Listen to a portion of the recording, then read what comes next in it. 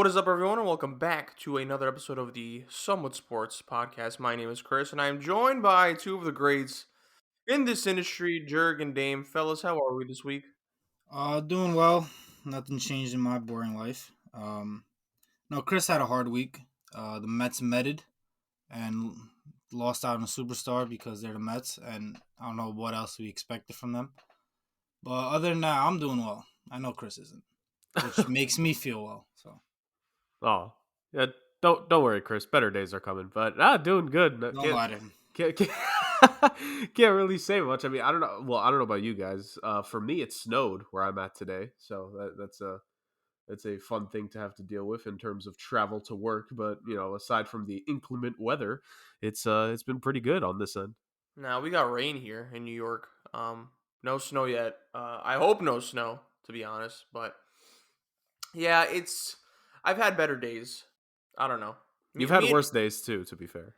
That is true. I mean, I don't know why Dame's shitting on me. We've been developing a decent camaraderie in FIFA uh on the same pros team where Dame Big is. weekend for you. Big weekend You, for you.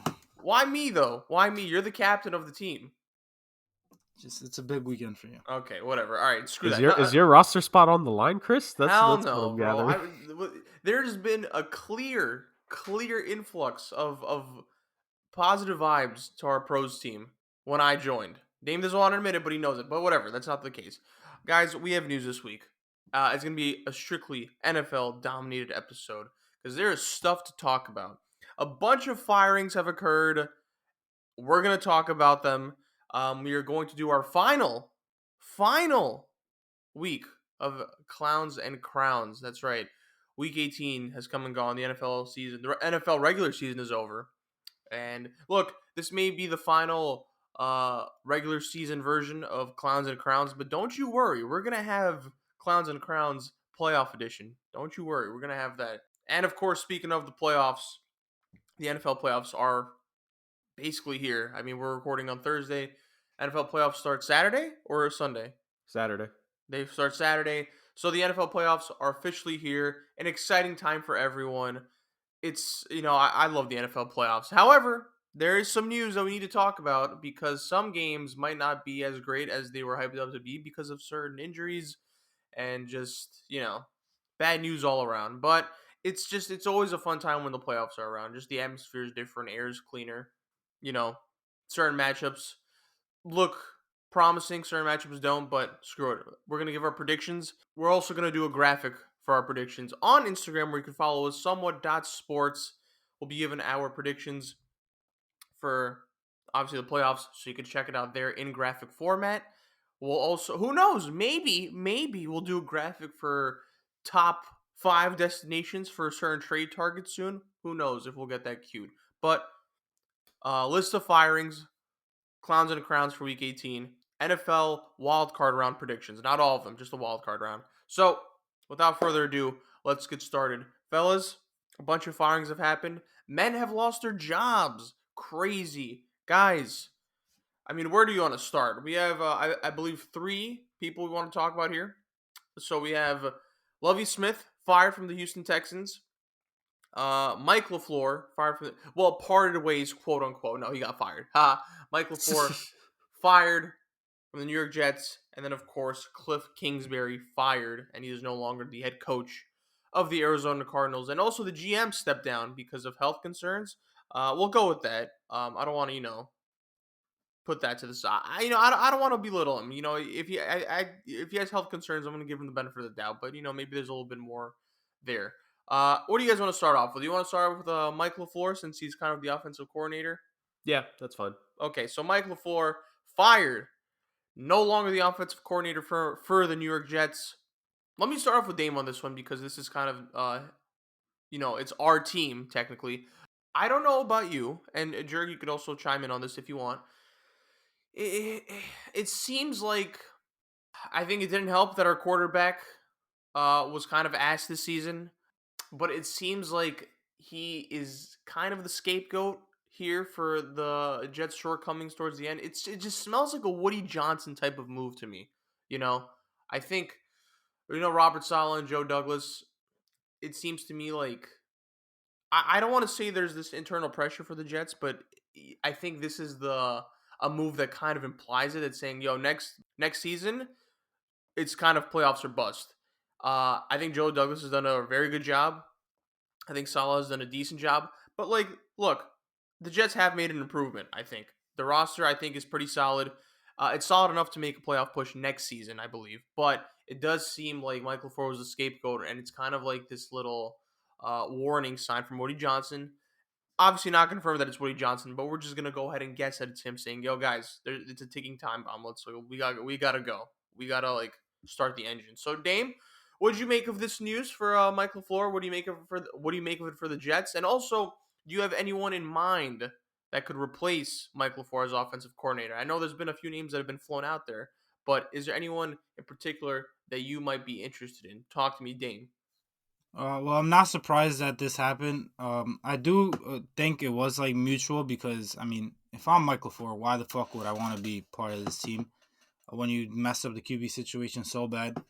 But I thought he wasn't as bad as people made him out to be. But when you had such a collapse like the Jets did in that second half, and that offense looked the way they did, you kind of need a scapegoat. And Joe Douglas wasn't gonna go because he's had a good track record so far. Robert Saleh wasn't gonna go because he's the head coach and for some reason people love him. But and so the next guy in line after those two is Michael Ford. I had to go because he's in charge of calling the plays and all that kind of stuff. So kind of starts and ends with him, even though I don't think he should be to blame. If I had to pick someone to get fired, it would have been Robert Saleh off the bat. Just get rid of the entire staff. But it is what it is. He'll be gone next season, hopefully. But um, yeah, I'm sure Michael Ford will find a job somewhere else. He wasn't that bad as people made it seem. I don't think he was great. I don't think he was one of these offensive whizzes that are around the NFL, but he definitely didn't deserve to be a scapegoat and not the reason that the Jets offense collapsed the way they did. Um, as for who I think they should go after, I don't really have anyone in mind because I truly believe that after this season, Robert Saleh will be gone because I don't think the Jets are gonna make the playoffs next year either. As long as they don't have a quarterback, they're not gonna make the playoffs. Yo, their Um, schedule looks brutal, bro. Did you see that? yeah, I mean, regardless of what their schedule, I didn't even see it, but just off thinking how this roster is going to look and how I don't think Robert Saleh is a good head coach. I think that they're going to miss the playoffs next season, and Robert Saleh will be canned. And when the head coach is canned, the entire staff is canned because that's the head coach's staff. So it really doesn't matter to me who they bring in. He'll be gone after the season because, like I said, I think there'll be a complete change in the coaching staff. I don't know if Joe Douglas will be there next year. I think that depends a lot of what kind of moves he makes this offseason. Um, but yeah, I mean, I saw a couple of names that I forgot. He was like a head coach of the Broncos once. But I mean, that would just be typical of the Jets. First, they go hire a defensive head coach, and the league is clearly going offensive minded. Then they go sign an old offensive coordinator when most of these coordinators are young and that's the way the league is going. So I wouldn't be surprised if the Jets fuck this up too. But yeah, I mean, I'm not too stressed about who they're gonna hire. I'm not surprised that they did let go of Michael Ford, and I think they have more problems than just their offensive coordinator position. Is it, by the way, before you go, Jerk Dame, is it Gary Kubiak? Yeah, Okay. yeah, him. Is he? I mean, He's would you 85 be? years old. I don't think he's 85, I'm but I good. know he Oh, stepped yeah, away for health issues. But I know that's like that's fun. it's a pretty popular name. But I mean, it's gonna be if he's physically capable to do it. But yeah, that's the name I just that don't see Connor. if he left off for health reasons. Why the fuck would he come back to be the offense coordinator of the Jets? Yeah, you'd lose This life is not an years. attractive position. Your O line sucks. You have no quarterback play, and you don't have a high enough draft pick to draft the elite one. No veteran. There's no really veteran quarterbacks available the way they were last year. Like, there's nothing attractive about this position now. Maybe next year, where I think they'll have a higher draft pick, but this year I just don't see how it's attractive for any coordinator. Yeah, you basically decrease years off your lifespan by being an Basically, offensive yeah. coordinator for the Jets. Jerk. Yeah, this can be kind of quick. This is kind of like the classic 2 to 3 years into the tenure of the coach, and when one side of the ball starts to slip a little bit, you got to fire the coordinator that you initially brought in with you, and now you got to try to find a new one, kind of like to deflect blame a little bit here, and to the in this case the uh, uninspiring and complete lack of development for the young quarterback that they drafted just 2 years ago. you kind of look at it in a similar situation to Cleveland with their firing of DC Joe Woods. The defense has completely fallen off, and they're going to replace him. This is a similar case to where there were moments early in the season where it looked like maybe the Jets were figuring it out, but like just Zach Wilson after that, I think it was his first game back when he did that. He had those like last minutes. It wasn't even the full fourth quarter. It was the last minutes against the Steelers. He hasn't looked good, and really after the injury to Brees Hall, like this offense is just nothing. Like Garrett Wilson got 1,000 yards as a receiver, like as a rookie receiver, good for him. Tyler Conklin was actually not a bad signing as a young tight end, but it just felt like the it felt like LaFleur didn't know how to best utilize the weapons that this team had to try to put them out there in better positions. I mean, Corey Davis, I'm not really going to say much about Corey Davis, but Elijah Moore, the fact that less than 500 yards for him, Michael Carter feels like they didn't really know how to use him as the proper number 2 back. CJ Uzoma, you were supposed to have twin tight end sets and didn't do much. Like I don't. I'm not saying the Jets should have been miles ahead of what they were, but the lack of development of Wilson, coupled with the fact that a lot of your younger offensive weapons just could not really do much, I'm not surprised to see him get fired here.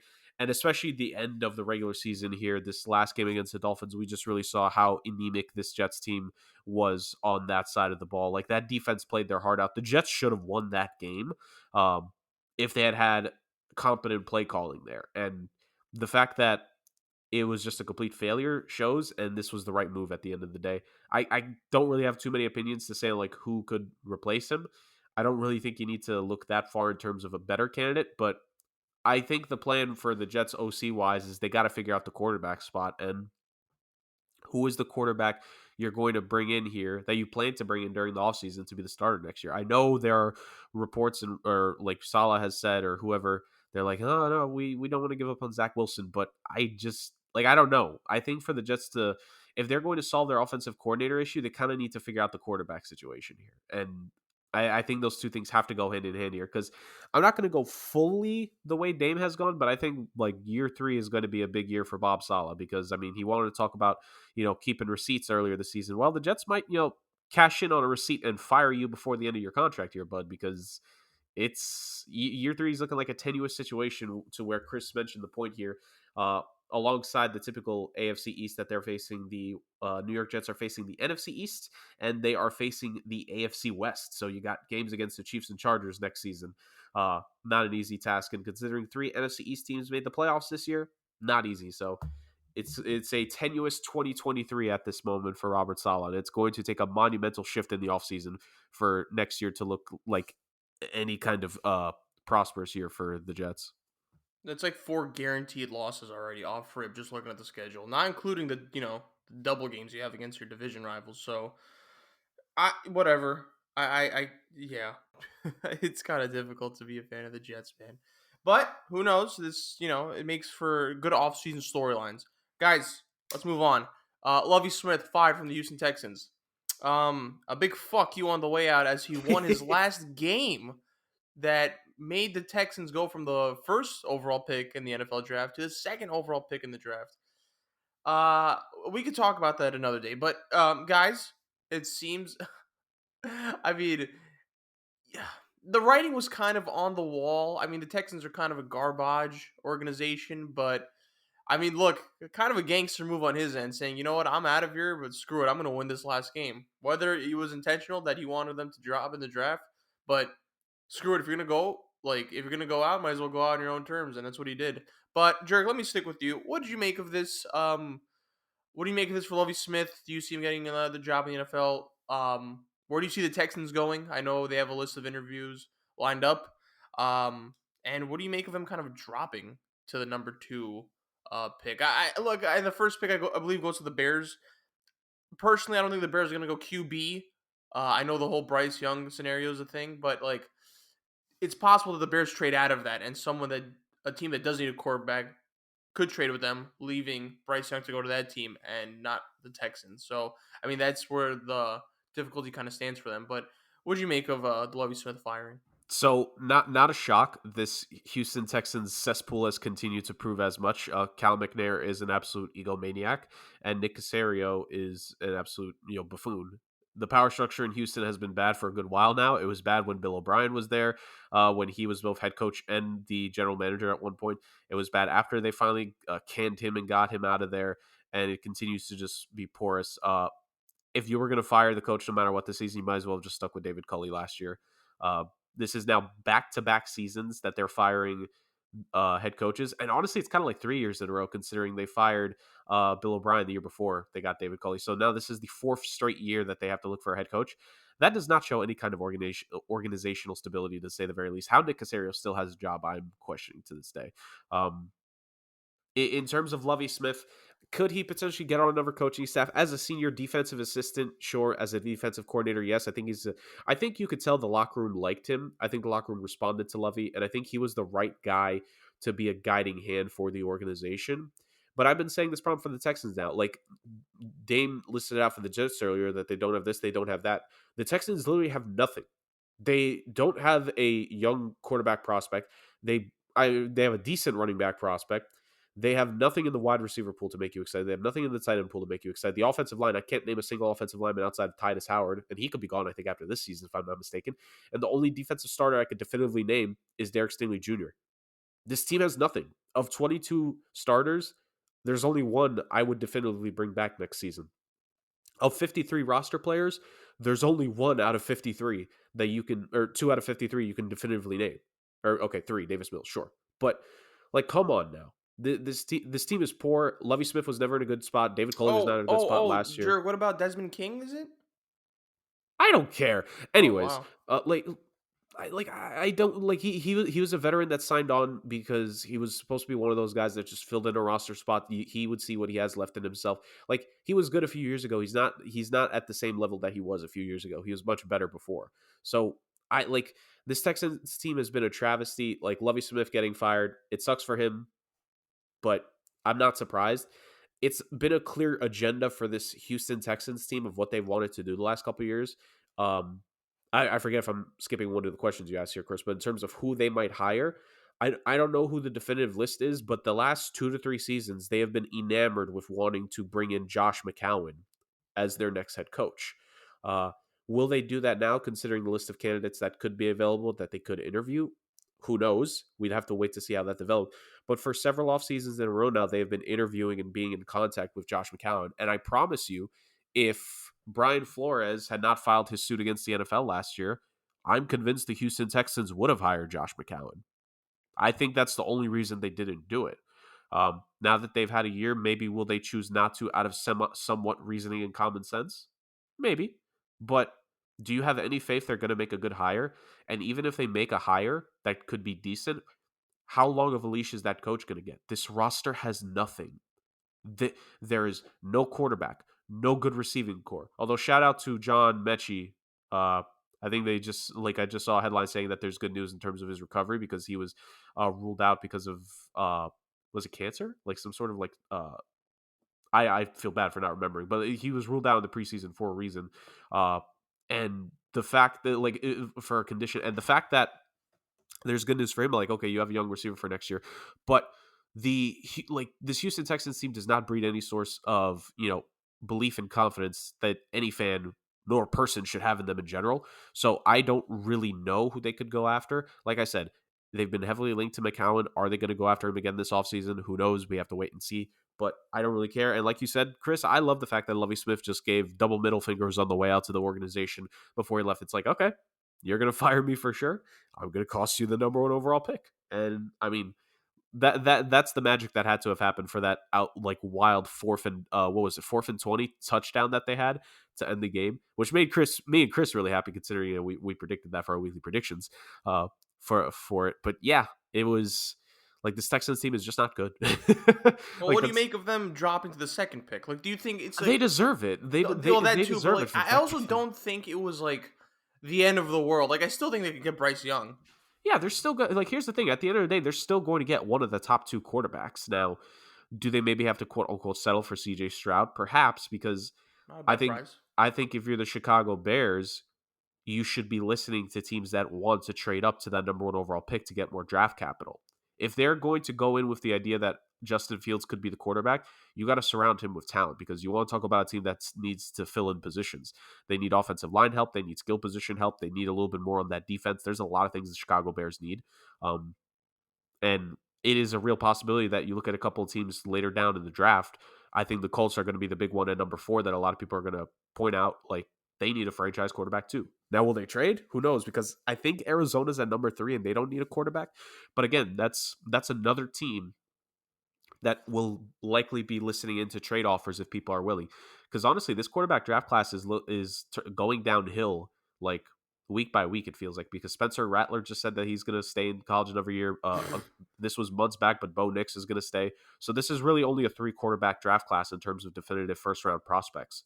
So you have to make your picks count and you have to make your trades count.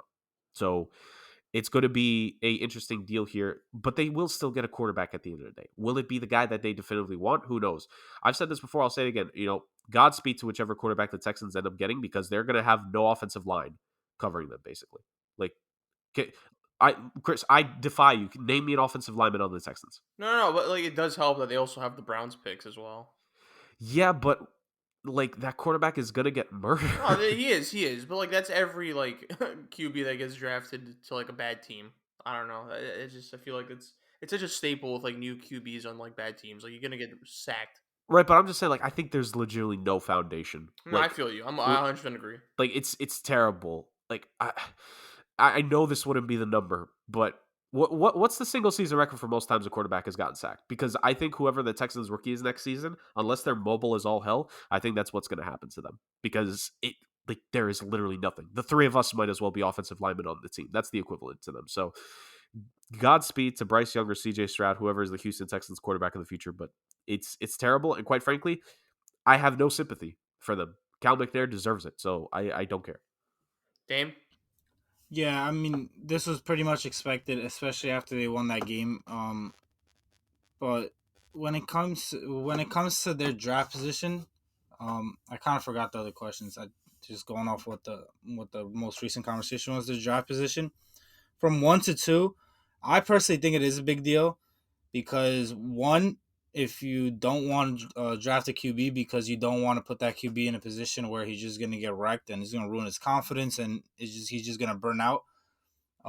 You're not gonna have your choice of the either offensive skill position player, offensive lineman, or defensive player for you to draft, or you won't have the number 1 pick to trade back from and get the most assets possible.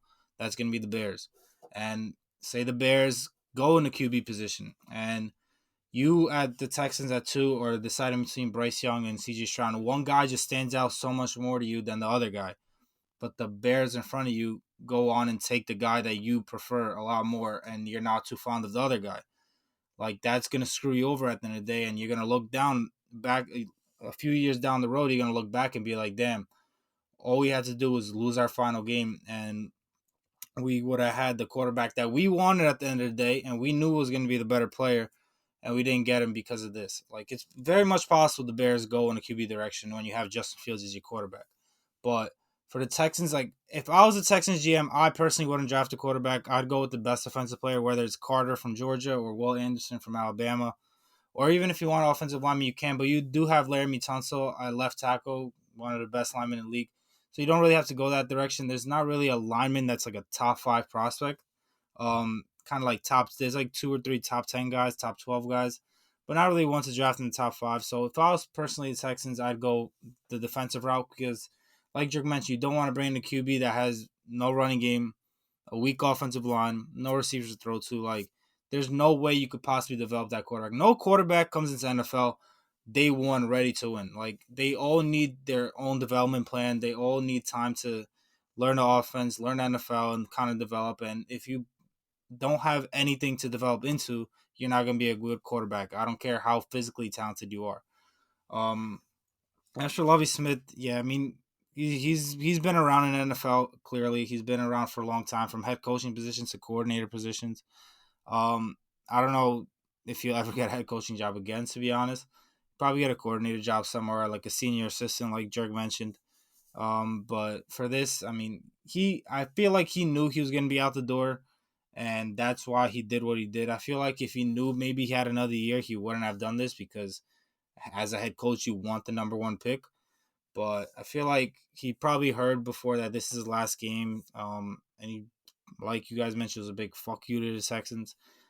Big 4th and 22 conversion where he just threw it up and he caught it. And then, I mean, he could have just, missed the extra point on purpose or just kicked the extra point to go to an OT and then see what happens. But nah, he decided to go for two, go for the wins, and not even give the other team a chance to beat them. So, um, yeah, Texans, I think, are in an awful position right now. Losing out the number one pick, having such a depleted roster, firing their head coach.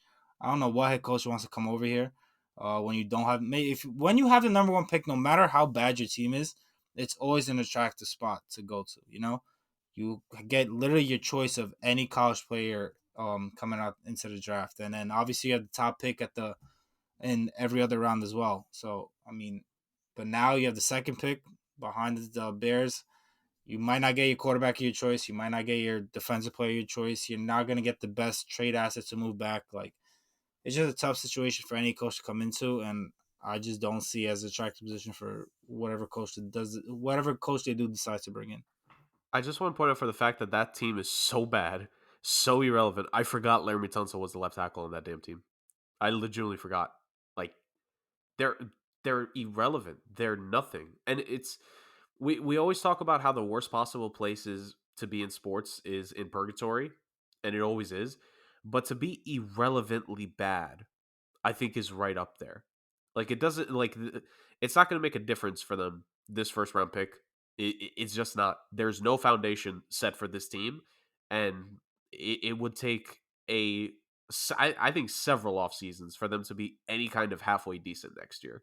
For sure, for sure. All right, enough Texans talk. Uh Guys, Cliff Kingsbury fired from the Arizona Cardinals. And look, this podcast has made its feelings known about Cliff Kingsbury, specifically Jurg. Also, their general manager, Steve Keim, stepped down, citing health reasons as the primary factor. Guys, you don't want to talk about shit shows. I think the Cardinals might have to be up there. So they're without a GM, they're without a coach. They're going to be without Kyler Murray for the year. And there's, rumors that they're going to trade DeAndre Hopkins. Look, it just hasn't worked out. It's time for a full reset for the Cardinals. And, it starts at the top. They have, Jurg said they have the third overall pick. I didn't even know they had the third overall pick. I didn't know they dropped that far down. But damn, all right. I don't think they're going to go QB, even if there was a quarterback available. I don't think they would, choose a quarterback. Kyler Murray's still getting paid a shit ton of money. But it's reset time. It's rebuild mode. Yeah, but Cliff Kingsbury, it just never worked. I appreciate the improvement the Cardinals made, over the years because they start before Kyler Murray, ever since Kyler Murray got there, they have progressively gotten better. To what extent, that's a conversation for another time. May not be the best, may not be the highest ceiling that they reached, but they did improve over time. But it's clear that Cliff Kingsbury wasn't a great coach. Yeah. Dame, because I want to finish off with Jurg because the main event. Dame, what'd you make of this firing? What do you think the Cardinals will do going forward? There's some Sean Payne rumblings now because there's that video resurfacing that he had high praise for Kyler Murray, but also they're without a GM. So, what do you make of the direction for the Cardinals going forward? What do you make of the Cliff Kingsbury firing, and who do you see stepping in? And is it? Do you agree with me that it's not the most flattering job to take in the NFL? I wouldn't say it's not the most flattering. You do have the third overall pick, and you don't need a quarterback. I get it. Kyle Murray's going to miss most of the season next year, but he still is your franchise quarterback, and he does have the potential to be a really good quarterback. He just hasn't got there yet. But clearly, this marriage between Cliff Kingsbury, the Cardinals, and Kyle Murray just hasn't worked out. You see them messing around with the play calls in preseason, and Cliff telling Kyle Murray it's not as easy as it looks. That might be a little a joke, but I think there's a little more to it than that. But regardless, this just hasn't been working out for the past few seasons. Cliff Kingsbury, coming from Texas Tech, was supposed to be one of these new offensive-minded head coaches that were supposed to take, and him and Kyle Murray were supposed to kind of take on the NFL and have this super explosive offense. And it's not like they didn't have the weapons. They had DeAndre Hopkins. They had Hollywood Brown, James Conner. They had Chase Edmonds before that, where he was pretty explosive. They had a Zach solid Ertz. offensive Zach Ertz. They had a solid offensive line. Like they had all the makings of this explosive offense, but just the chemistry, I guess, from the coaching staff to the quarterback to like the offensive play calling and the play just didn't work out. And obviously, you're not gonna let go of Kyle Murray after you just signed him, and he's hurt. So Cliff Kingsbury was the easy guy out.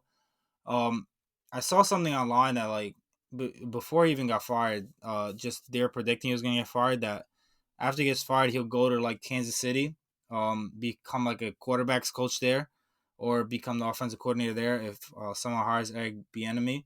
He worked at obviously he was the head coach of Patrick Mahomes in college.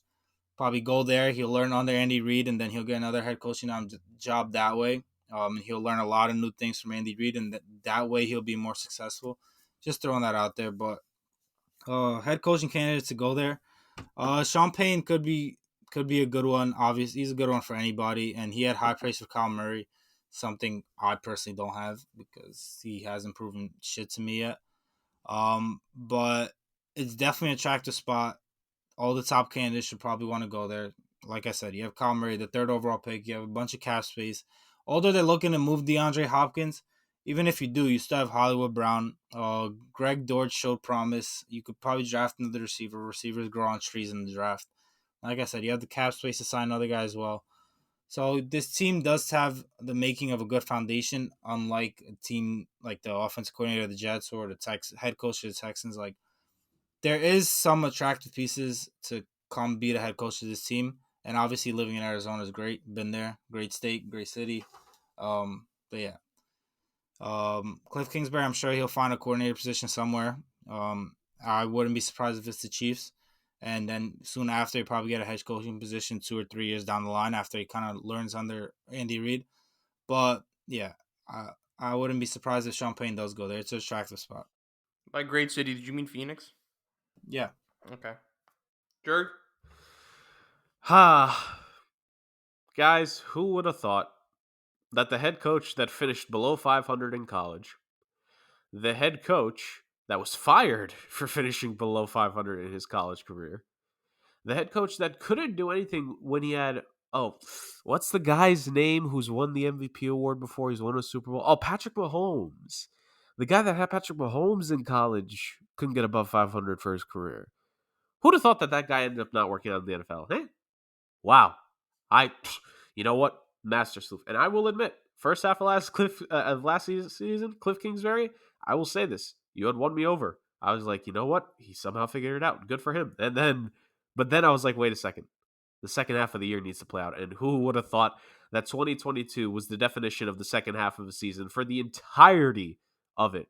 Bad doesn't even begin to describe what it eventually became for the Cardinals. And I don't even just mean the on the field, but clearly off the field, they're starting to become issues. Like you mentioned, Chris, Steve Keim, him stepping down here. I'm a little bit 50-50 because yes, health I think is a legitimate thing, but also, yeah, you're going to step down now after you've had this role for, I think, near a decade. He's been the general manager, which very rare is it for a general manager to get that long of a leash in the NFL. But he's been so loyal to that owner and the organization that I think that's why he's gotten it for so long. But now that this season, that turned south so quickly after last season, after how last season started, after all the contract extensions signed, mainly between those three, in the summer or in the spring, excuse me. And now we have this finality of, and we kind of called it 2/3. If things were going to go south, 2/3 of the guys who signed contract extensions were going to leave the team. And it wasn't going to be the quarterback. It was going to be the head coach. It was going to be the general manager. And lo and behold, general manager, gone. Head coach, gone. The quarterback remains, but he's hurt. So I don't know. The only thing I will admit for a brief moment, I thought Kingsbury was going to actually get an extra year because I thought, depending on how long Kyler was going to be out, that they would have given him a chance. Like, okay, you're not going to have this quarterback. You don't get a chance to fix things with him. Maybe is that, but clearly, I think it was very apropos that his offense. I've been saying this for a while now on the podcast that his offense is absolutely useless without Kyler Murray running it.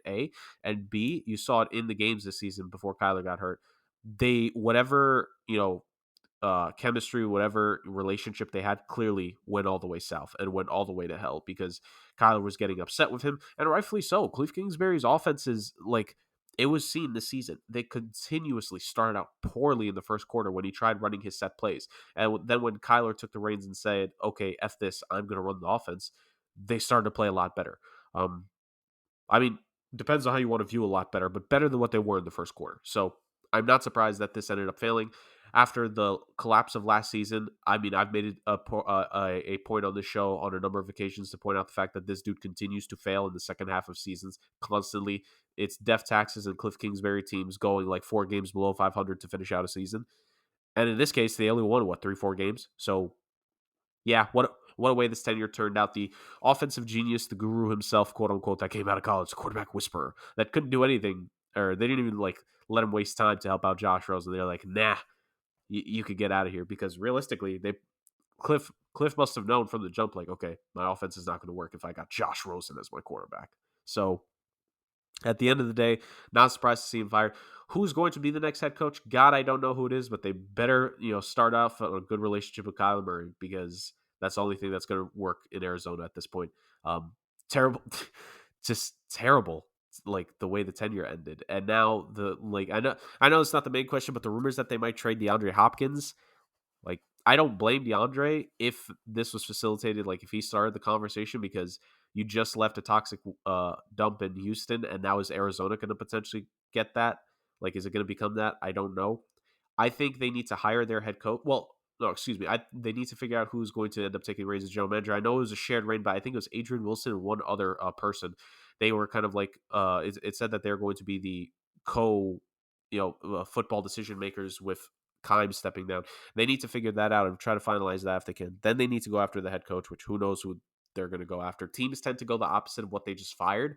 So if they just had Cliff Kingsbury, are they going to go the opposite way and hire somebody else? I don't know. I think considering Kyler's your quarterback, I think you need a guy who has a level of working with quarterbacks who can help Kyler take it to that next level, because I don't think we've seen that yet.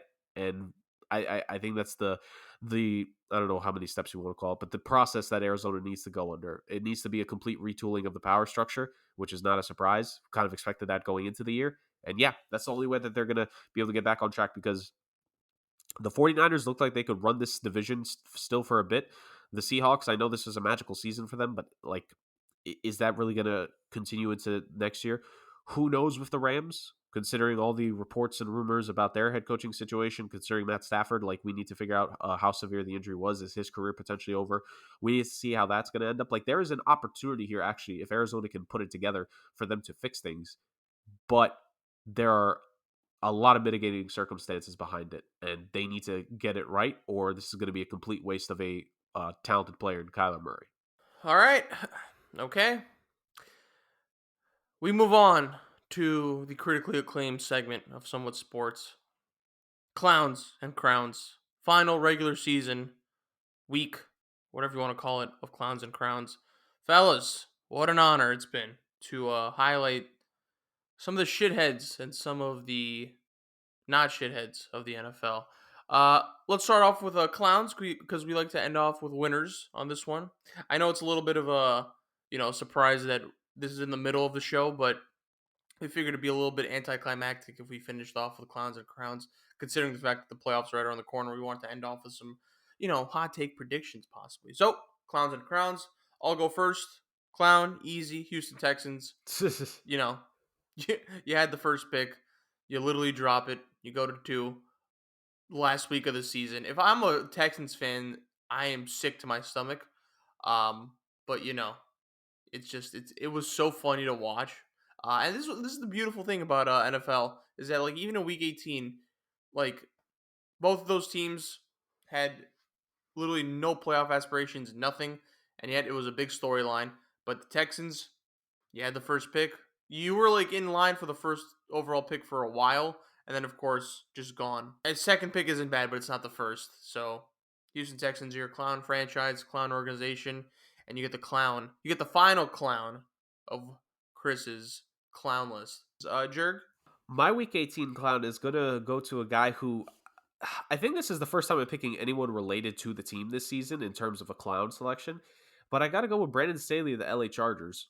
The fact that the Ravens Oh, lost earlier in the day and he continued to play his starters and Mike Williams and Bosa both got hurt, like that's a very poor decision right there. Man, Brendan Staley is a head coach that I like a lot of things about him.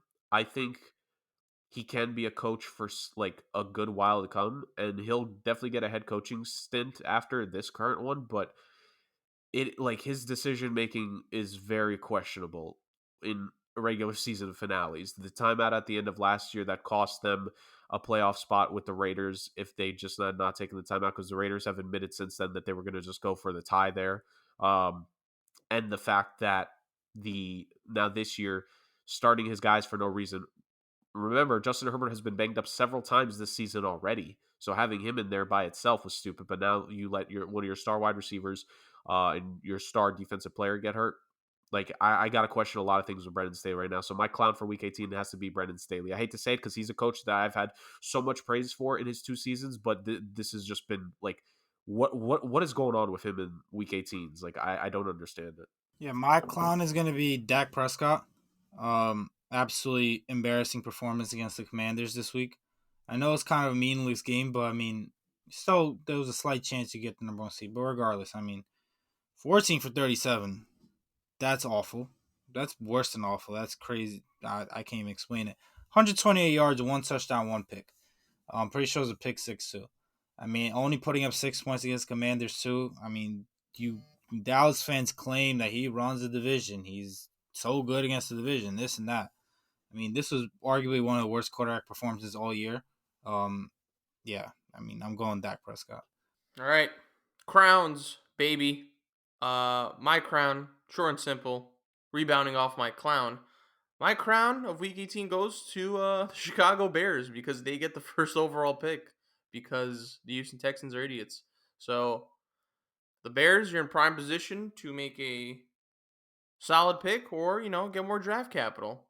It's always good to have the first overall pick because you can get the best player in the draft or you could use it as a bargaining chip. So, Chicago Bears, it's always nice to capitalize off another team's stupidities, but you get that luxury. So, Chicago Bears week 18 winner. Jurg, your week 18 crown?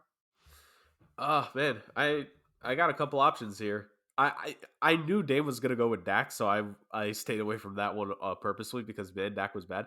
I'm trying to figure this out here in terms of who I want to give a definitive crown to. I feel like I have several that I want to. Oh, actually, I know what I'm gonna go with. Um, Josh Allen and the Jacksonville Jaguars overall, ladies and gentlemen, because they slayed the demons, the annoying You mean Trevor fake Lawrence? playoff team. No. It was Josh Allen who had that 37-yard fumble return for the touchdown, Oh, I'm an 20-16. idiot, bro. Hi, I said Josh Allen and the Jacksonville Jaguars. You thought I was talking about the Buffalo Bills, didn't Yeah, I you? was like, wait, what? Yeah. I mean, the Bills beat the Titans earlier this season, so That that is actually true. technically helped. But no, like, bro, I was so like sad that it was Titans 16-13. I'm like, God damn it, this useless team is gonna make it to the playoffs. No. And then by the grace of luck, the Jaguars get that scoop and score, baby. 2016. The Titans are dead. Ryan Tannehill can be cut. Todd Downing's fired. Mike Vrabel should be fired. The GM stepped down or got fired earlier in the season.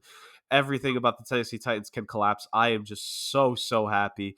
Thank you, Jacksonville. Thank you, Duval. So my ultimate crown of Week 18 is the Jacksonville Jaguars, your AFC South champions. Oh no, neither one of you mentioned this guy. Oh, and mine is Naheem Hines. I mean, 2 kickoff return touchdowns in one game. I feel like it's a lock for a crown. One was I think 101 yards, and one was literally to open the game, 96-yard touchdown. I'm sure a lot of it had to do with just, I mean, what's it called? The Just emotion for DeMar Hamlin. yeah, the emotion for DeMar Hamlin and all that kind of stuff just being put together. It was gonna happen. Something was gonna happen in this game that we're just like, yeah. I mean, it was just meant to be. But yeah, Naeem Hines, 2 kickoff return touchdowns. You literally, I don't think ever see that. Probably, I'm sure it's happened before, but you rarely ever see that. But yeah, Naeem Hines, my crown of the week. I figured he was gonna be your crown. I was willing to say if none of us had him, like I think he would be like the overall like true Yeah. crown because like that was like the first one was inspirational. like heartwarming, and the second one was just Jesus. He's tearing up the Patriots. I know Like Belichick it's was sick to his stomach. oh right, and he misses the playoffs, so that's a good thing for the two for this podcast, especially 2/3 of them. So, but yeah, Naheem Hines, like he performed. Like we said when he was traded to them that he could do something for him. He did something, Yeah, and as a collective crown for Somewhat Sports, Damar Hamlin gets a crown for sure. of course. All right, guys, main event time. The NFL playoffs are here, baby. Just air is clean. It's just an exciting time for everyone. And yeah, wild card round. We are only doing wild card round predictions, and week by week we'll go to like the divisional round predictions, the conference final predictions, and then of course Super Bowl predictions. But for this week, it's only wild card round. You know what, guys? I would say let's start off with the NFC and end with the AFC. I think we should start off with the AFC first because I mean, there's certain players that aren't playing that kind of made matchups not as exciting. So I think I'm going to start off with AFC. I'm making that executive decision. But here we go. Chiefs, they get the bye. All right, Vince McMahon, just making whatever the choices you want here. That's a disgusting insult. Very disgusting. Okay. Which matchup do you guys want to start off with first? You know what? Let's get the not so exciting ones out of the way. Bills, Dolphins, fellas, clean. Clear hat trick if you guys want to see the Bills winning this. It has been confirmed that Tua is not playing as he's still in concussion protocol. Teddy Bridgewater isn't playing either. I believe. I think Skylar Thompson is, the leading candidate to start this game to be the starting quarterback for the Dolphins. If Tua was playing, I thought this could have been a toss up, to be honest, because I think with Tua, the Dolphins have played the Bills, well. But because it's Skylar Thompson, this is going to be an easy dub for the Bills. Yeah. I don't know if I'm going to give a score predictions because I'm just bad at that and I'm uncomfortable doing that. But Bills W here. Dame. Yeah, there's not much to say. I mean, with Skylar Thompson playing, the Bills should absolutely roll through the Dolphins, especially being at Buffalo too. If Tua played, I would have gave the Dolphins a chance, but I still probably would have won with the Bills comfortably. Yeah, this is the largest spread out of all these games going into the weekend. Um, Skylar Thompson's a starter, and his backup is Mike Glennon. That's all you need to know. That's all we need to say. The Bills are going to destroy them in this one. We can move on. All right. Ravens. Baltimore Ravens versus Cincinnati Bengals. Guys, I mean, this game I think is overshadowed by the Lamar Jackson situation. It's likely that he's not playing, but I don't know. I don't know what the situation is, but it's Thursday. That game is on Sunday, I believe. I think Ian Rappaport reported that it's still an uphill battle for him, an uphill climb, whatever the term is, for him to, kind of get back on the field, ready for this game. It's unlikely that he plays. That sprain, I believe it was a PCL sprain, is still bothering him. So, I mean, with Lamar, I think it would have been a toss up. I think the Ravens play the Bengals well. Ravens defense is the problem. Is Huntley? I think Huntley was limited in practice as well, but I believe he will play for them this game. But irregardless, it's kind of the same situation as the Bills Dolphins. I'll give the Ravens a little bit of respect because of their defense, but yeah, this should be an easy one for the Bengals. Kind of sucks, man, because I think these matchups would have been really fun, but overall, you know, I still think the Bengals win this. Is it going to be a blowout? Probably will, but man, that's going to suck if we get like two blowouts from these games. But it's kind of the direction that it seems it's going in. But yeah, Bengals over Ravens. Simple as. Hat trick, guys. Let's do this. Jurg? Yeah, well, it's worth noting that for Huntley, he only just started being very limited in practice. He wasn't throwing up until like maybe yesterday. Uh, this is going to be a comfortable Bengals victory for sure. I've been higher on the Bengals than certain people on this podcast throughout the consistency of the regular season. So the Bengals are certainly going to make it to the divisional round this year, and they're trying to get back to where they were last year. So let's see if they do. And this is a pretty easy stepping stone. I'm kind of with you. Like Lamar would have made things interesting, but this again, this is a case where I have no sympathy for the team. If you want the guy to play, pay him before the season, and then he'll put his body on the line. I wouldn't go out there if I was Lamar either, considering I have a big contract waiting for me in the offseason. They can they can go screw themselves off a cliff for all I care. So good on you, Lamar. Bengals win this one.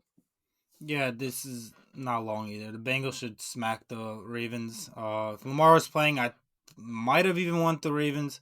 Would have been it's very much a toss up, but Tyler Huntley has proven nothing in these games Lamar has missed, and the Ravens just don't look good at all with him at quarterback. And the Bengals are absolutely rolling; they're on fire. So I'm definitely going with the Bengals here, big. All right. That leads us to the best matchup in the AFC playoffs in the division in the wild card round. Jacksonville Jaguars versus the Los Angeles Chargers. Guys, I'm actually excited for this one. Battle of two of the most promising young quarterbacks in the NFL, Justin Herbert and Trevor Lawrence. Uh, Jaguars have a lot of momentum.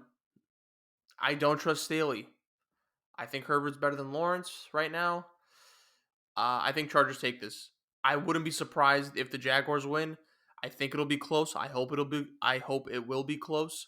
But I'm just excited to see both of these quarterbacks in the playoffs. Man, they're both gonna be in the playoffs for a while, for a long time. But I'm excited that both of their first matchups are kind of against each other. I hope it's a good game. It has all the makings of a good game. I hope it will be a good game. But I think the Chargers, I just think they have way more weapons. Wouldn't be surprised if it goes either way. I'm not gonna count out the Jaguars completely. Trevor Lawrence is having a good last month. Kind of a bit of last 2 weeks have been a little meh, but still playoffs are a different ball game. But I'm gonna go with the Chargers on this one. I'm gonna play it safe. Dame. I'm going to go with the Chargers as well. I think this is going to be obviously the closest game in the AFC. I think it's like you have your top three young quarterbacks in the NFL, or even the best quarterbacks. You have Mahomes, Allen, Burrow, whatever order you want to put it in. After one, Mahomes is one. Well, you want 2, 3, but then the next 4, 5, it's usually most people put Herbert, Trevor Lawrence. So I think that's gonna be a battle for 4 or 5 for years to come. Hopefully we see a lot more playoff matchups between these two. Hopefully this is like one of those classic games where these two just have an amazing game and it's just whoever's better than the other guys. I hope neither one of them is kind of has a shitty game and the other guy has an average game and that's why he wins. Hope these guys both have over 300 yards, multiple touchdown passes. Um, it's hard for me to pick the Chargers because they're so untrustworthy. Like I can't trust them at all in any big game. They haven't won a big. Justin Herbert hasn't won a big game in his entire life. On the other hand, maybe Trevor Lawrence hasn't either. But I mean, last game against the Titans, although he didn't play well, he did what he had to do to win the game, and that's the biggest game he's won in his NFL career, at least, and that's more I can say. That's more than I can say about about Justin Herbert. And Trevor Lawrence is playing a bunch of big games throughout his entire life in high school and in college, and he's won them. He's obviously won a national championship, and obviously this doesn't mean much, but I mean Trevor Lawrence hasn't lost on a Saturday his entire life, so that's something to look forward to. But I still think I'm going to go with the Chargers here. I just think they have the better overall team, and like you mentioned, I think Justin Herbert right now is a better quarterback than Trevor Lawrence is. He has a better weapons. He has a better offensive personnel around him.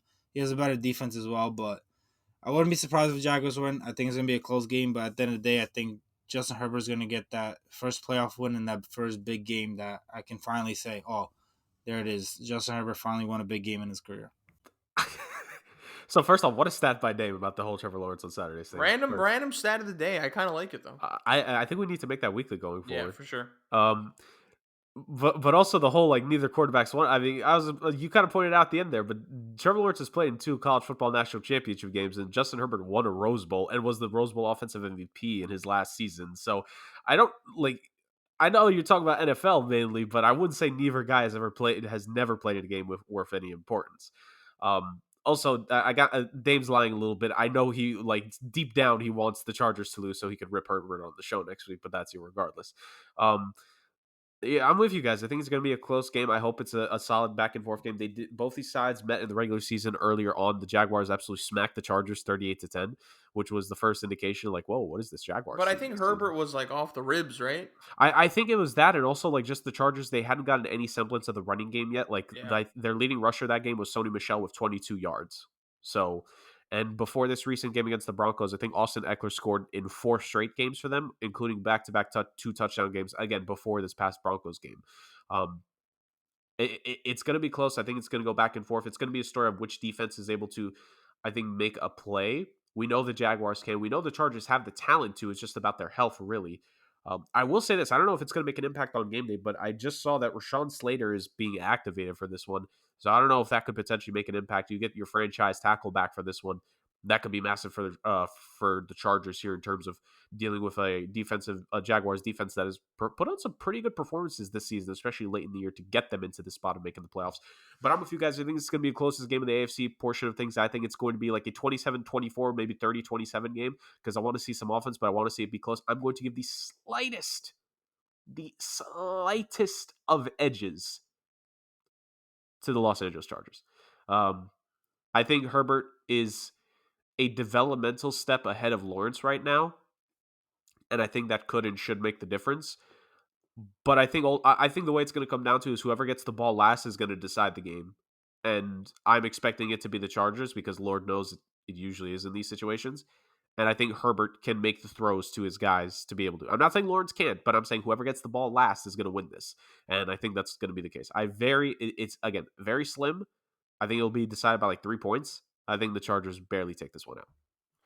If our predictions come true, we have a divisional round in the AFC consisting of the Chiefs versus the Chargers and the Bills versus the Bengals. Woo! That would be entertaining. Man, 2 blockbuster matchups. I'm all for it. All right, NFC time, baby. Eagles get the bye. Let's see. What matchup do we want to start off with? Let's start off with the Seahawks versus the Niners. Niners are the hottest team in the NFL. They've won 10 straight, I believe. Yep.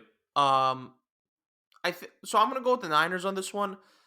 I think Purdy's inexperience. Now you're in playoff atmosphere now. It might be the one thing holding them back. I know he's played well and he's managed the team well in Jimmy Garoppolo's absence, but it's playoff territory now. Shout out to the Seahawks for actually making it to the playoffs.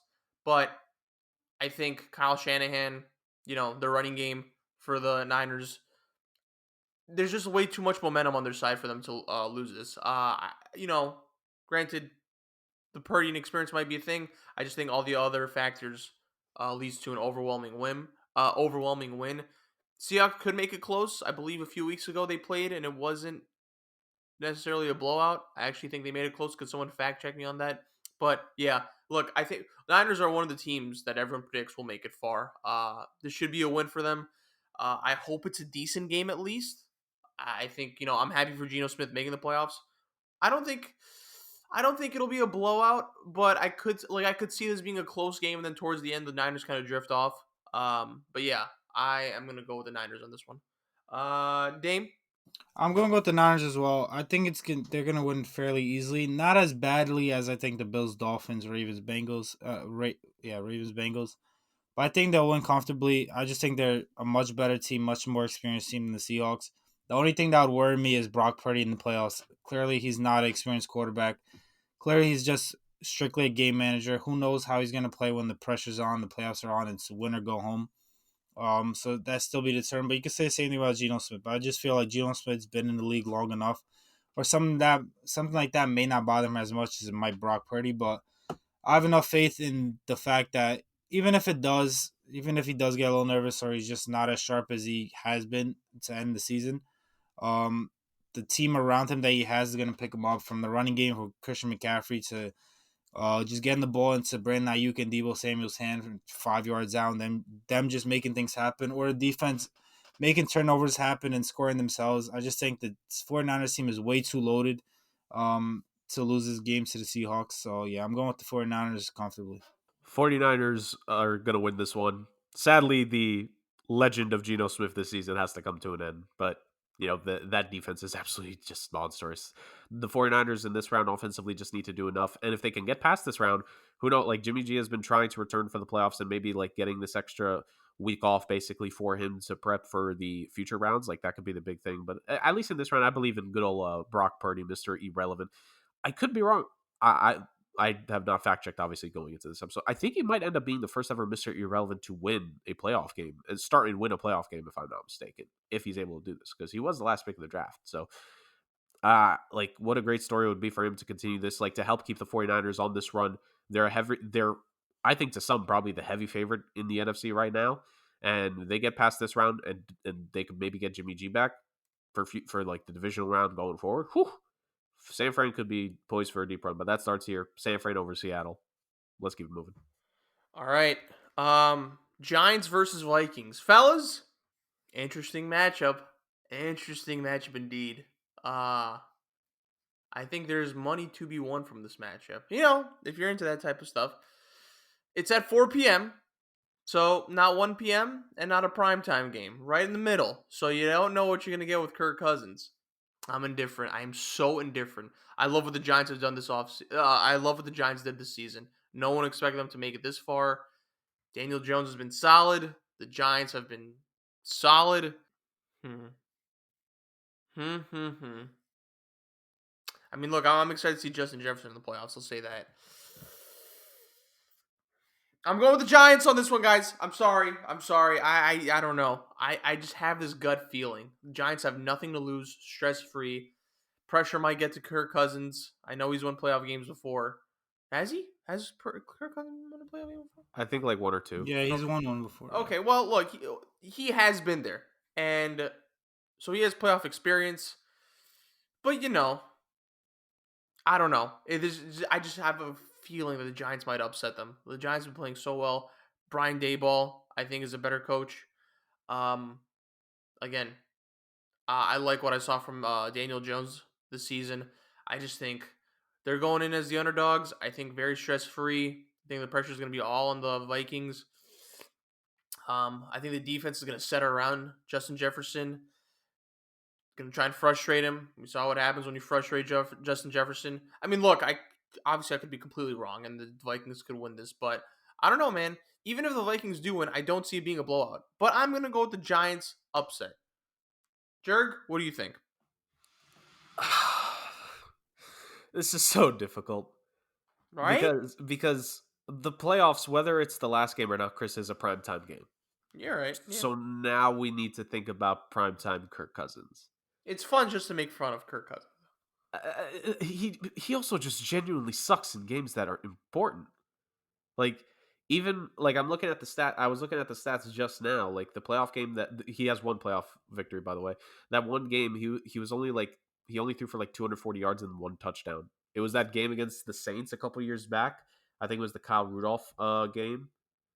It was like a year or two after like the miracle in Minneapolis, like that game. That's basically what it was. So I don't know, because the Vikings, obviously they come in, they got home field advantage, which I think does matter. 13-win team. I think that defense can perform at times. But Kirk Cousins is just so bad when it matters. And I'm gonna be real, they're frauds. Like this is a very fraudulent football team that we're talking about. As a 13-win team, which you wouldn't think that's the case, but they have a negative 3-point differential for themselves. The Giants have a negative 6. So neither of these teams are teams that win overwhelmingly. I don't. Oh my god! Pick them, Jurg. Yeah. I know. Don't rush me. Pick them, bro. Just pick the Giants, dog. I'm sorry, Justin Jefferson. Wow, you really are going Giants. Look. Yeah. I'm gonna go with the Giants. Wow. I don't like it.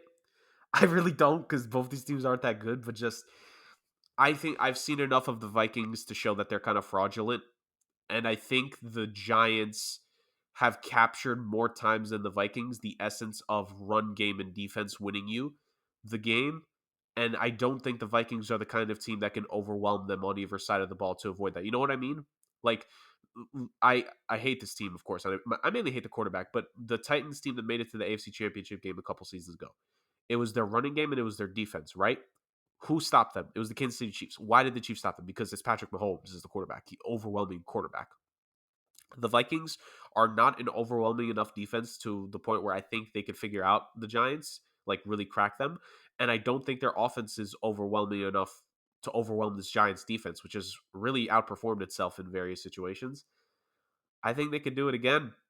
I'm going to run with the Giants on this one. It's painful because I don't like Daniel Jones nor Kirk Cousins, but Who do you hate less, though? Daniel Jones, bro. I don't know. It's kind of a toss up there.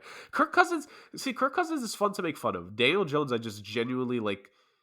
You feel nothing Yeah, I feel it's so like I don't know. I kind of don't care about you. Neither of them are Ryan Tannehill or Ben Roethlisberger to me, which makes it really difficult. So yeah, I'll go with the Giants very barely here, by like no, not by a field goal. They're going to win by a missed field goal by the Vikings. Let's just Wow, double that's down on the pain. Dame. You make his hat trick, or are you gonna go safe? No, I'm gonna go with the hat trick. I'm gonna go with the Oh Giants as my well. god! I just don't trust Kirk Cousins at all, not in the slightest. He another guy just doesn't win big games. I get it; they were really impressive this year. Kirk Cousins, I think, had his arguably the best year of his career. But when it comes down to it, it's the playoffs. It's prime time. It's the spotlight's on him, and I just don't trust him to really show up. And not that I can say I trust Daniel Jones to show up, but I just feel like the Giants' strength is their defense, and we've seen not this is not what I'm saying. I'm not saying they're gonna make a run like they did when they won the Super Bowl, but past years when they're successful in the playoffs, they have successful seasons is because of their defense. Their defense usually carries them, and that's what I think is going to happen in this game. I think they're going to have a game plan to kind of take away Justin Jefferson, and when they do that, where's Kirk Cousins going to go? Dalvin Cook had a kind of a down year. He wasn't really the Dalvin Cook of old. Um, the Giants have a solid defensive line as well that could kind of stop that. So what's Kirk Cousins going to do? Is he gonna try to force it to Justin Jefferson, and then he's gonna have turnovers, or is he gonna try to throw it to guys like T.J. Hawkinson and Adam Thielen? And then on the other side of the ball, you have the Vikings defense, which is absolutely awful, and Daniel Jones, who hasn't, I wouldn't necessarily say he's had a good season, but he's had a solid season. Definitely improved on his first couple of years in the league. He's really cut down on turnovers and kind of just kept it safe and game managed. And I think as long as he does that, he doesn't turn the ball over, gets his team near the goal line where they can hand it off to Saquon or gets in the field goal range and stuff like that and kind of keeps possession of the ball, I think they'll be all right. Because I think Kirk Cousins is bound to have at least one interception. If you're going to go bet something this weekend, you bet him with an interception. You bet Dak Prescott with an interception. Probably get good odds on that. But yeah, I'm just gonna go roll with the Giants. I think their offense is gonna play safe enough where they don't give the Vikings opportunities to score. I think their defense is gonna play a big part in it as well. All right, we go on to arguably the biggest matchup.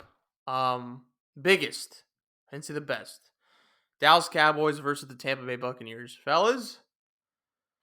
Ah, man, so much riding on this game. Monday Night Football, baby. Monday Night Football, indeed. It's gonna be interesting. It's gonna be interesting because I think the easy answer, because it's the Cowboys and it's because it's Tom Brady. Tom Brady 6-0. A lot of people are gonna go with the Buccaneers. I don't know. The Bucks have looked like ass this season. Dak hasn't looked that great. I know there's been some heated discussions in our, you know, in our pro club. That includes me and Dame. But I'm gonna go with the Bucks, not confidently, which is kind of weird saying it because it's Brady. But I'm just not. You know what? I am confidently gonna say I'm gonna go with the Bucks. I mean, it's the playoffs now. It's Brady. He knows what to do. I I can't pick against him until he just officially loses, which sucks. Yeah, I don't know. It's something about the Cowboys. Like I just don't trust the Cowboys, and just kind of with Dak's play recently, just the overabundance of picks. I'm gonna go with the Bucks on this one. I'm gonna go with the Bucks. I wouldn't be shocked if the Cowboys win. Now, if you're asking me who I'm rooting for, I don't hate the Bucks. I mean, I don't hate the Cowboys as much as a lot of people do. I wouldn't mind if the Cowboys win this one, especially because it could lead to a Eagles versus Cowboys matchup, which would be solid. But you know, I'll go with the Bucks. I just to play it safe. Just to play it safe. Jurg? Oh man, this is first of all, right now the show is on track to go 6-0 together because I also have the Buccaneers winning this game. And by the way, Chris, because you are the host, can I get predicting off-season moves for 400, please? What's up? What's up? Yeah, yeah. Yes, I would also like to add, along with the Cowboys losing, I would like to fire person who loses his job after Wild Card Weekend, who is Mike McCarthy. Yeah, the within the span of the next 2 weeks, Mike McCarthy's going to get fired, and Sean Payton's going to be the new coach of the Dallas Cowboys, to say the very least. That's totally going to happen. Look, I don't like the fact that I have to pick the winner of the NFC South here. I didn't plan on it, but God, the Cowboys just look terrible in that Washington game. Like, This is the same team that absolutely smacked the Minnesota Vikings, but then loses to the Commanders like that, and has played so many inconsistent games. Their defense that looked like gangbusters during the beginning of the season, especially the first 4, 5, 6 weeks, has taken a significant step back in the fact that, look, he hasn't been impressive in his backup starts this season. Gardner Minshew should not have put up that many points. That the Eagles shouldn't have been close in that second game when they didn't have Jalen, clearly, because we know what kind of team they are without him. Yeah, this Washington game was a disappointment. They nearly lost to the Texans. I think that's kind of escaped people's minds. This is just bad. This Cowboys team is like, if the Vikings are fraudulent and the Cowboys beat them by 40, or basically by 40. Like, if I call the Vikings fraudulent, like, what are the Cowboys? Like, just regular frauds? Like if the Vikings are like on the equivalency, if they're like money laundering frauds, what's the next step, like, just above that in terms of scumbagness? Like, credit card scammers? Is that what the That Cowboys sounds are? right. Yeah, like, just, it's so bad. Dak, you want to talk about quarterbacks that haven't proven anything? Dak has proved nothing in the playoffs, and I don't think that's going to continue. It's clear to tell Dak Prescott played less games than Davis Mills this season, but I think he threw the same number of interceptions, basically. Ezekiel Elliott is not the same. I think this was probably his last season in Dallas. The wide receiving core, they need more depth. The offensive line was fine. The defense who played like gangbusters to start the season, the first like month and a half, have completely tailed off. They're not at that same level. And I know the Buccaneers, this is a Buccaneers team that has gone through so much. There are so many injuries, et cetera, et cetera. But I do not have any faith in this Dallas Cowboys defense to be able to hold that team, especially the skill position group of that team. The running game to me doesn't matter on either end. And between this version of Tom Brady and the Dak Prescott, I'm going with Tom Brady. So give me the Tampa Bay Buccaneers upsetting in this one. Two upsets on wildcard weekend in terms of away teams in the NFC, and definitive, like, not just lower seeded. Well, it's weird because the Buccaneers are the home team, so it's weird to call it an upset. But obviously, we know that they were like they only made it this far because the division winners automatically get playoff berths. Yeah, no, it's for Monday Night Football. Like, this is the biggest possible names. It's going to draw massive ratings for the NFL, for ESPN in general, but this is not going to be the highest quality of game. Like Chris said, this isn't the last game, but this is not the best game by any stretch of the imagination. So the biggest winner of this game, to be honest, is me, because regardless of the result, my agenda grows stronger one way or another. Um, I'm gonna ruin our perfect streak here. I'm gonna go with the Cowboys here. I get it. The Cowboys are untrustworthy. I get it. Dak Prescott has been awful this season. I get it. He hasn't won a big game in his entire life, but Tom Brady has been a bottom 10 quarterback for this year in the league, and they shouldn't even be with the playoffs. They've been awful all year. They just are lucky that they're in a division with the Falcons, Panthers, and Saints that have been even worse than they have been, and they barely made the playoffs. It's not like they're in this division. In this division, they should be 6-0, easy. And with that, they should be like a 10-11 win team and coasting through the division. But here they are. So yeah, then you have the Cowboys. I mean, they literally have 4 more wins than the Bucks. Shows you how much of a better team they are. Dak Prescott, although I shit him a lot, like I mentioned, Tom Brady has been a bottom 10 quarterback in the NFL this year. Dak Prescott is absolutely better than him. The running game is better. The wide receivers are better. Offensive line is better, and Dallas arguably has the best defense in the league, so their defense is better as well. The only advantage the Bucks have is that they're at home, but I think Dallas's team overall can overcome that. Hopefully Dak got his stinker out in Week 18, and he's not going to be as bad. Clearly hasn't shown that he's a clutch quarterback or a big game performer either, but as long as he's able to game manage the game, similar to what I expect Daniel Jones to do against the Vikings for the Giants, I think they'll be okay, because I just don't see a way that the Bucks can, or a better team, are going to outplay the Dallas Cowboys. I think if anything, it's going to be that Dallas just loses the games themselves and kind of throws it away, and Dak Prescott has multiple turnovers and this and that, because I personally don't see any way that Tom Brady can go out and win this game for the Bucks. Well, what a way to go out. I would love if Brady loses this one. He will. Regardless, my agenda grows stronger, That whether is Dak true. loses or Brady loses, so I win. That is true. I'll be cheering for the Cowboys, which is, hard pill to swallow, but fuck it. Well, fellas, that'll do it for this week. NFL playoffs are here. Fun time. It's always fun to make predictions because there's hot takes, like the Giants, like a hat trick of this trio picking the Giants to beat the Vikings. Yeah, playoffs are here. Fun times all around. Fun episode this week. Jurg, where can they find us on the socials? Guys, you already know you can follow us at somewhat.sports to get the latest updates from our podcast when the episodes get released on YouTube and Spotify, Somewhat Space and Sports on both of those platforms. And of course, you can get the constant posts we have as the regular season might be over, but we are going to post our playoff predictions as well, so you can keep track of that. We are also going to be putting up stories for you guys to vote on with polls. Who do you think is going to win each and every individual matchup, just like we've done in playoffs past, just like we did with the World Cup earlier, well, not earlier this year anymore, late last year. Ultimately, please, somewhat.sports for the Instagram page. Listen to the podcast on YouTube and Spotify. Like I said, Somewhat Spaced in Sports. Like, comment, subscribe to the YouTube channel. Please give us 5 stars on Spotify. Let us know. I say this every week. I'm going to continue to say this is a podcast by the people, for the people. And we're here to give you guys the best of the best. This is the best sports talk you're going to get anywhere. So please, join us on this ride. 2023 has just begun. The playoffs are set to begin. The best time of year? Listen to the best sports podcast to support you throughout that time. Beautifully put, as always, Jurg. Beautifully put. Yeah, so that'll do it for this week, fellas. I appreciate you steering the ship with me. To all of our listeners listening, if you made it this far, we appreciate you. And until next time, peace.